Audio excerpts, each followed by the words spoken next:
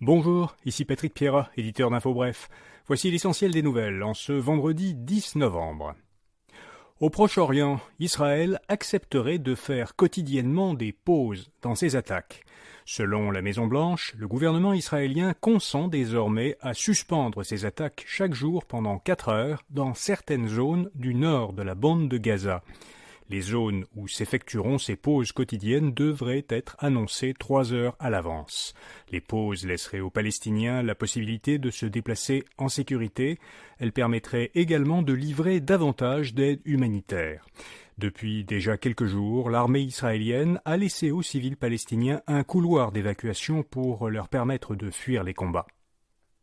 Le conflit entre Israël et Gaza crée des tensions au Québec. 2 écoles juives de Montréal ont été visées par des coups de feu dans la nuit de mercredi à jeudi. Par ailleurs, à l'université Concordia, un conflit entre des groupes d'étudiants pro-palestiniens et pro-israéliens a dégénéré en altercation. Un agent de sécurité et un étudiant ont été blessés. Alors qu'ils participaient ensemble à un même événement hier, François Legault et Justin Trudeau ont appelé au calme et condamné ces violences qu'ils jugent tous les deux inacceptables.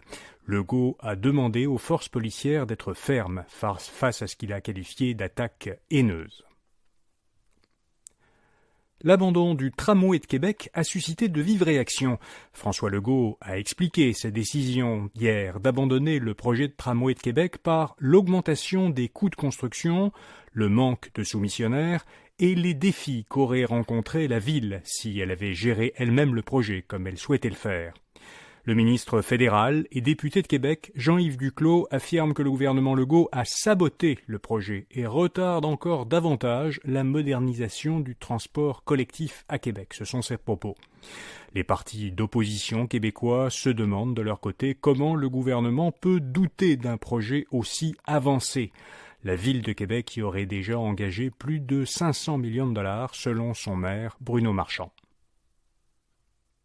Le gouvernement fédéral a déposé un projet de loi anti-briseurs de grève. Cette loi interdirait le recours à des travailleurs de remplacement lors des conflits de travail dans les secteurs réglementés par le fédéral. Les institutions financières, le secteur des télécommunications et celui du transport aérien, maritime et ferroviaire. Cette interdiction s'appliquerait également aux employés en télétravail.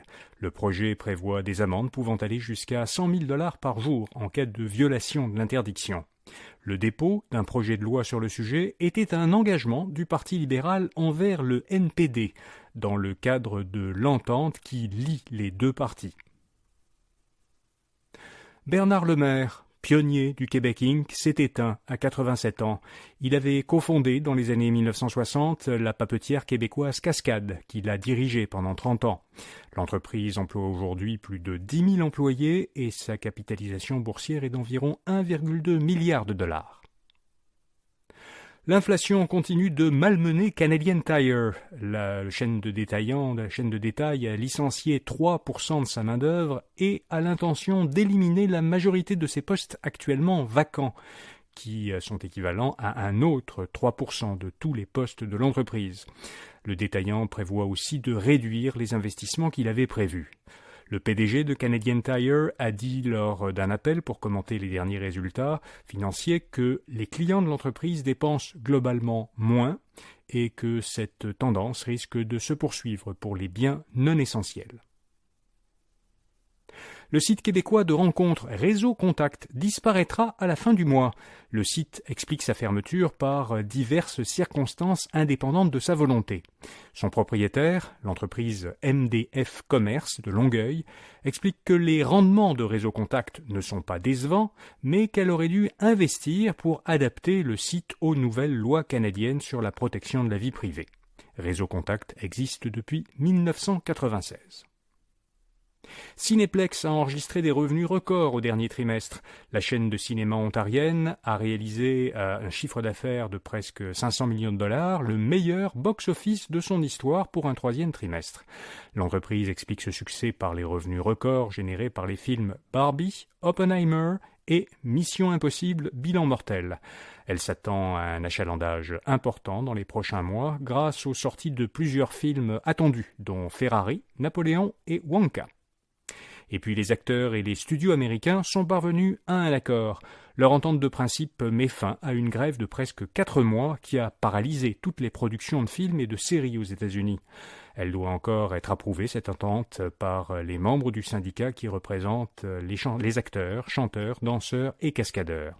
Selon le syndicat, ces membres ont obtenu des augmentations de salaire importantes et des garanties en matière de consentement et d'indemnisation pour les protéger en cas d'utilisation de l'intelligence artificielle, ainsi qu'une prime pour les rediffusions sur les services de diffusion en ligne, ce qu'on appelle les plateformes de streaming en bon français.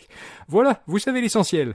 Samedi, notre infolettre Info Bref Votre Argent vous propose, comme chaque fin de semaine, des informations et conseils de nos chroniqueurs experts en finances personnelles et en consommation, avec notamment les indices boursiers de la semaine. Et puis, cette semaine, notre chroniqueur en finance, Fabien Major, nous dit quels sont les principaux indicateurs à surveiller pour prévoir dans quelle direction va l'économie mondiale. Olivier Schmucker nous indique 6 applications d'intelligence artificielle pour nous rendre plus productifs au travail. On vous dit comment se payer des vacances tout inclus à l'aide de cartes de crédit et de points de récompense. Et bien sûr, on vous signale les meilleures aubaines disponibles en ligne. C'est à lire cette fin de semaine dans Info Bref Votre Argent. Vous pourrez voir cette infolettre toute la fin de semaine en page d'accueil sur notre site infobref.com et vous pouvez bien sûr vous y inscrire pour la recevoir gratuitement chaque samedi dans votre courriel. Bonne fin de semaine et à lundi matin.